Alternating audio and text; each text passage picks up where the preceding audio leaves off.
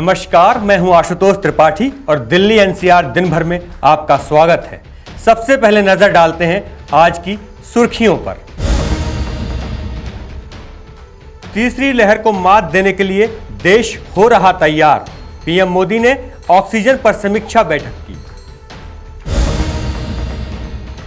Privacy policy मामले में back foot पर व्हाट्सएप, आज दिल्ली हाईकोर्ट में हुई सुनवाई।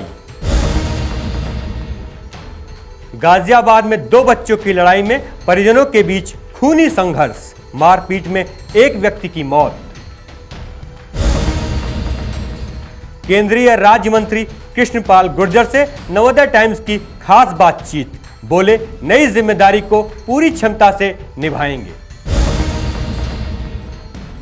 बाड़ा हिंदूराव इलाके में बदमाशों ने भीड़ पर की 20-25 राउंड फायरिंग, 2 लोगों की मौत। देश में कोरोना महामारी नियंत्रित होती दिखाई पड़ रही है, लेकिन तीसरी लहर को लेकर आशंकाएं बरकरार हैं। तीसरी लहर अगर आती है तो उस दौरान व्यवस्थाएं गड़बड़ाए नहीं, इसको लेकर प्रधानमंत्री नरेंद्र मोदी ने एक ऑनलाइन समीक्षा बैठक की। इस समीक्षा बैठक में टास्क फोर्स के अधिकारी मौजूद रहे। उन्होंने बताया कि किस तरीके से ऑक्सीजन को लेकर विशेष इंतजाम किए जा रहे हैं। पूरी रिपोर्ट देखें। देश में कोरोना की लहर भले ही धीमी पड़ गई हो, लेकिन अनुमानित तीसरी लहर के लिए सरकार पूरी तरह तैयारियां कर रही है, जिसको लेकर आज पीएम मोदी ने देश में इलाज के लिए ऑक्सीजन की उपलब्धता पर समीक्षा बैठक की। ये बैठक ऑनलाइन की गई, जहां ऑक्सीजन की उपलब्धता सुनिश्चित करने के लिए बनाई गई टास्क फोर्स के अफसर भी मौजूद रहे। अधिकारियों ने प्रधानमंत्री मोदी को देश में लगे ऑक्सीजन प्लांट के बारे में जानकारी भी दी। इसके साथ ही उन्होंने ऑक्सीजन प्लांट के रखरखाव और ऑपरेशन के लिए हॉस्पिटल स्टाफ को ट्रेनिंग देना सुनिश्चित किया। ऑक्सीजन प्लांट की परफॉर्मेंस को ट्रैक करने के लिए एडवांस टेक्नोलॉजी IoT का इस्तेमाल किया जाए। पीएम मोदी ने कहा कि 1500 से ज्यादा ऑक्सीजन प्लांट देश में बनने जा रहे हैं। पीएम केयर फंड की मदद से 4 लाख ऑक्सीजन बेड भी उपलब्ध कराए जाएंगे। जल्द से जल्द ऑक्सीजन प्लांट शुरू होने चाहिए। बता दें, कोरोना संक्रमण की रफ्तार में पिछले 2 से 3 दिन में फिर से बढ़ोतरी देखी गई है। बीते 24 घंटे में कोरोना के 43,393 नए केस सामने आए। इस दौरान वायरस से 911 लोगों की देश भर में मौत हो गई। वहीं 44,459 मरीज रिकवर हुए हैं। भारत में कोरोना के एक्टिव मामलों की संख्या 4,58,727 हो गई है। Bureau report, Navodaya times, Delhi. अपनी प्राइवेसी पॉलिसी को लेकर व्हाट्सएप बैकफुट पर आ गया है। व्हाट्सएप ने हाईकोर्ट में बताया कि जब तक डेटा प्रोटेक्शन कानून लागू नहीं होता, वह अपनी इस पॉलिसी को रोक कर रखेगा। पूरी रिपोर्ट देखें। दुनिया की सबसे famous instant messaging app WhatsApp की प्राइवेसी पॉलिसी को लेकर पिछले साल से ही बवाल चल रहा है। इसी साल फरवरी में व्हाट्सएप की नई प्राइवेसी पॉलिसी लागू होने वाली थी, लेकिन विरोध के बाद कंपनी ने इसे मई तक के लिए टाल दिया था। उसके बाद व्हाट्सएप ने अपनी प्राइवेसी पॉलिसी लागू कर दी है। अब नए IT मंत्री अश्विनी वैष्णव के पद संभालते ही व्हाट्सएप एक बार फिर प्राइवेसी पॉलिसी को लेकर बैकफुट पर नजर आ रहा है। दिल्ली हाईकोर्ट में व्हाट्सएप की ओर से वरिष्ठ अधिवक्ता हरीश साल्वे ने कहा, कंपनी ने अपनी प्राइवेसी पॉलिसी को फिलहाल रोक दिया है। व्हाट्सएप ने कहा है कि जब तक डेटा प्रोटेक्शन बिल कानून नहीं बन जाता, तब तक हम यूजर्स को अपनी प्राइवेसी पॉलिसी अपनाने को मजबूर नहीं करेंगे, ना ही किसी फीचर को उन यूजर्स के लिए बंद करेंगे जिन्होंने पॉलिसी स्वीकार नहीं की है। दिल्ली हाईकोर्ट में व्हाट्सएप और इस ऐप की मालिक फेसबुक कंपनी ने कंपटीशन कमीशन ऑफ इंडिया की जांच के खिलाफ अपील की है। CCI ने पिछले महीने व्हाट्सएप और फेसबुक को नोटिस जारी किया था और उनसे प्राइवेसी पॉलिसी को लेकर जानकारी मांगी थी।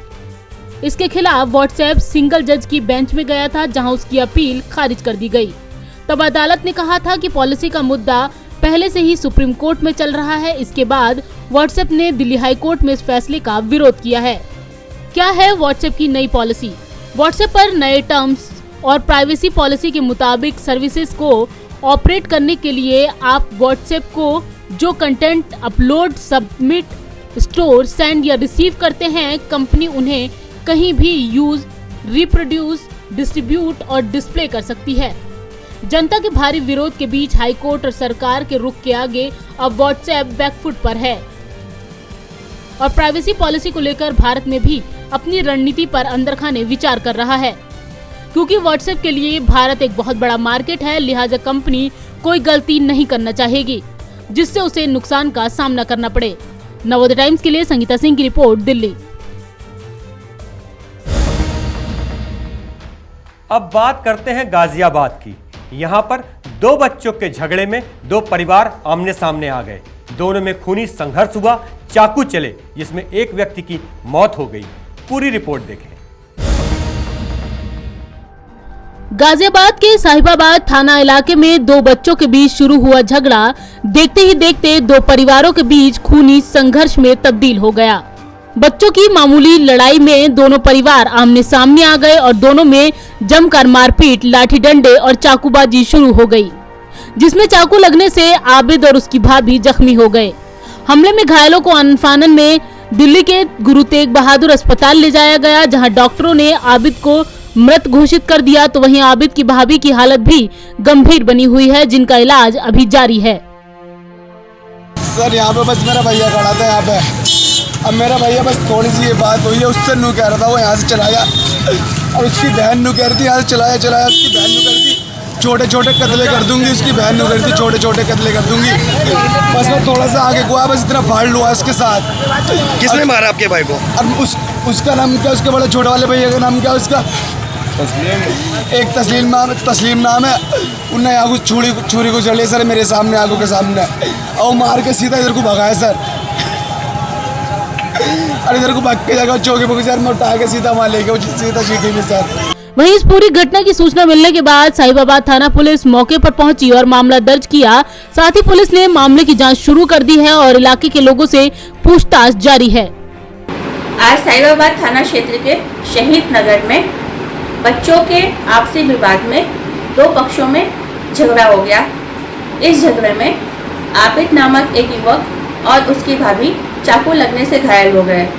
दोनों को घायल अवस्था में जीटीबी अस्पताल में भर्ती कराया गया, जहां आबिद की मृत्यु हो गई।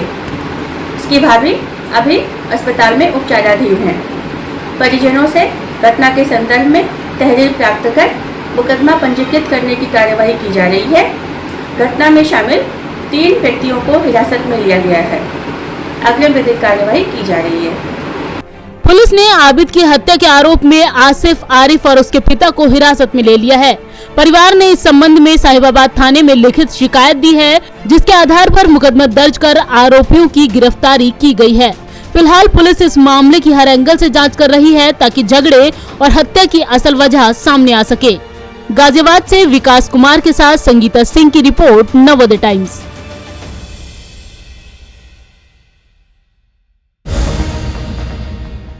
मोदी की नई कैबिनेट के मंत्रियों ने कार्यभार संभाल लिया है।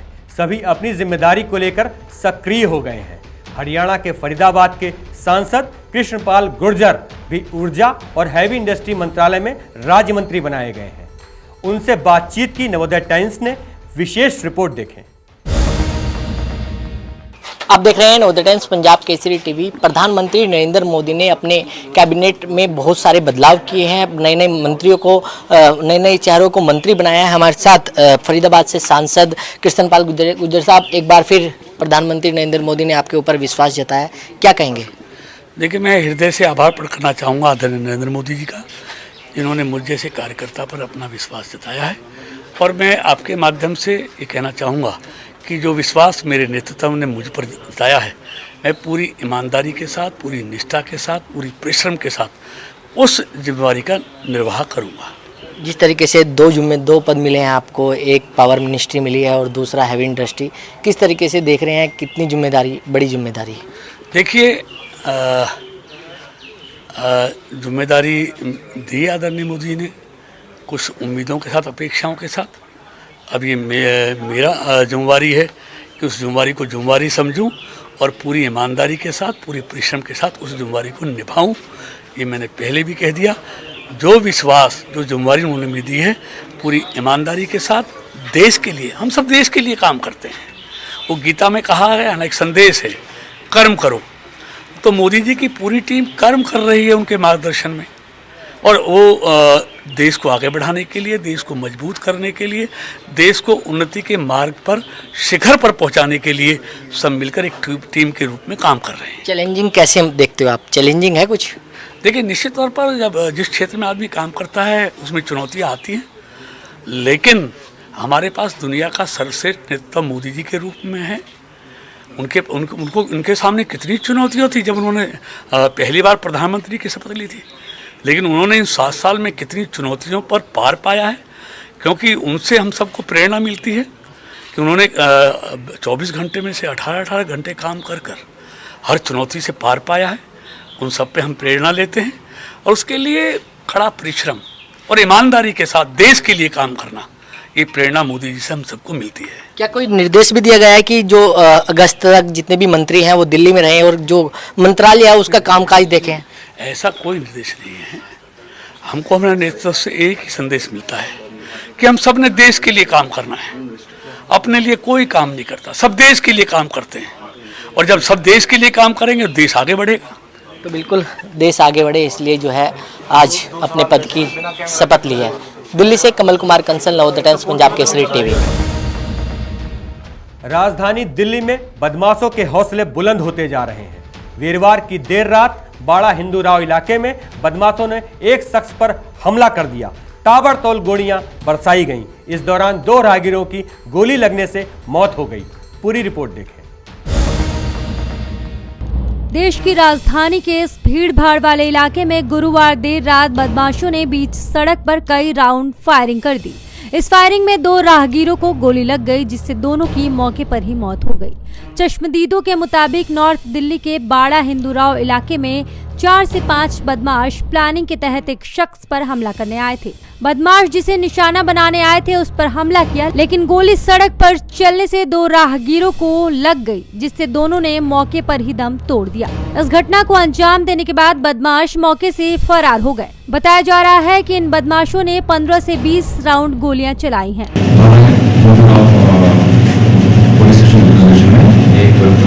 फायरिंग इंसिडेंट हुई, और इस फायरिंग के इंसिडेंट में अभी तक जो हमारे सामने 2 बार फायरिंग हुई, और इसमें कुछ लड़के आते किसी को धमकी देते, कंप्लेनर बाकी धमकी देते, और धमकी पहले झगड़ा जैसे लड़ रही है, और इसके बाद जैसे वो आके वापस आके फायरिंग कर रहे हैं।